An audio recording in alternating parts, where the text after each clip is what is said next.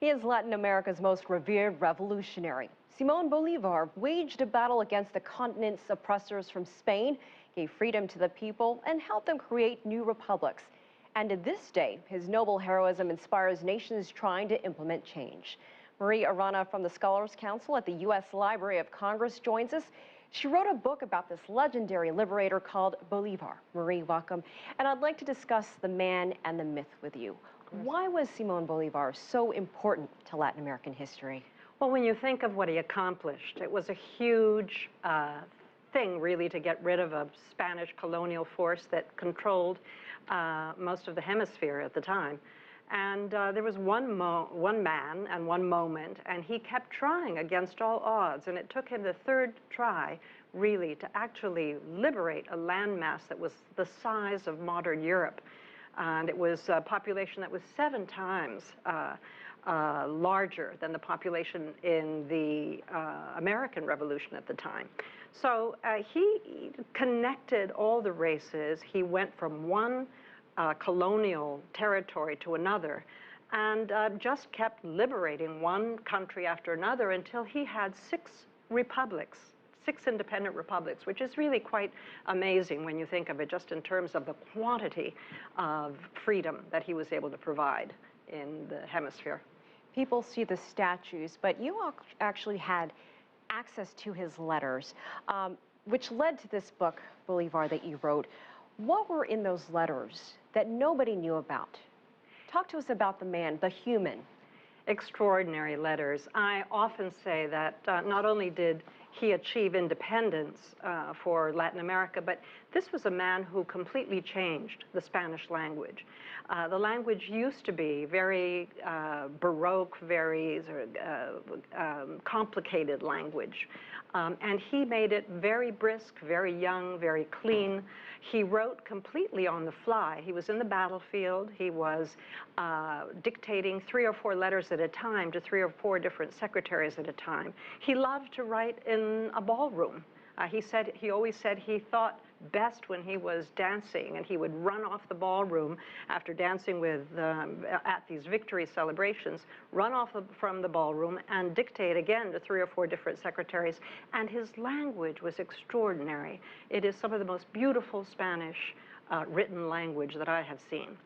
And we can also tell that he was a romantic at heart, a very complicated person, but had a lot of loves in his life. Absolutely. He lost his wife. Well, he married very young, at the age of 19. And it was a woman of Venezuelan origin whom he met in Spain, brought her back to Caracas, to Venezuela, and she died within 6 months. He was 19, she was about 22. He swore he would never marry again, but he had many, many mistresses. We can count 35 of them. And some of them he actually brought onto the battlefield with him. They traveled, you know, with families, with their mistresses, with their whole, you know, entourages. The soldiers came with everything they had, really, to the battlefield.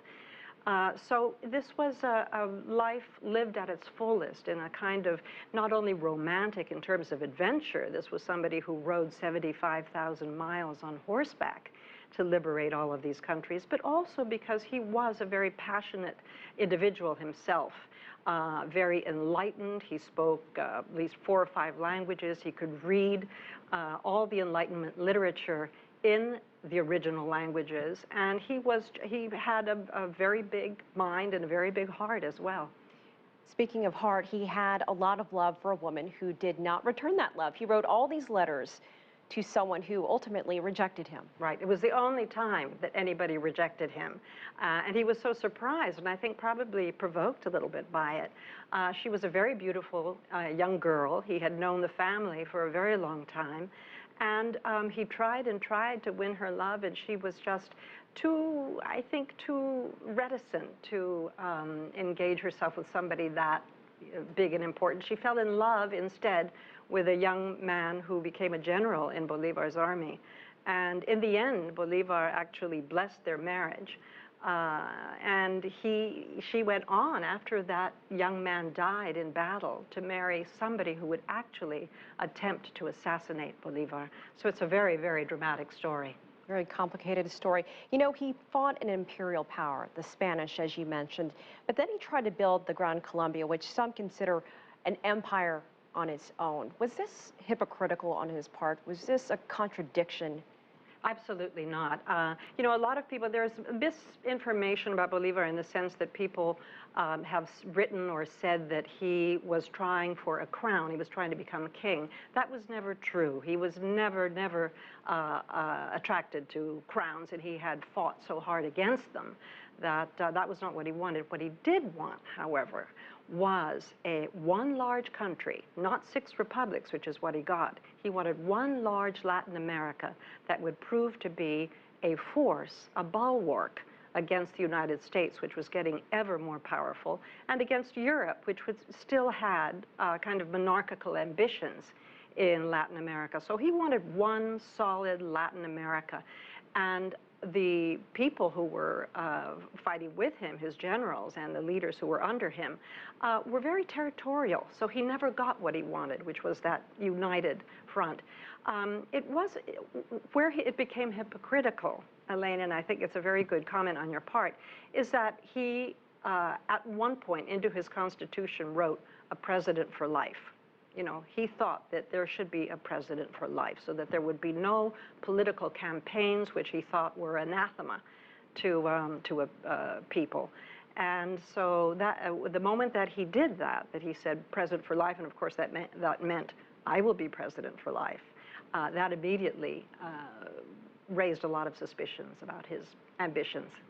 All right, writer and author Marie Arana, we appreciate your time. Thank you so much for giving us more insight into this man. Thank you so much, Elaine. Thank you for having me.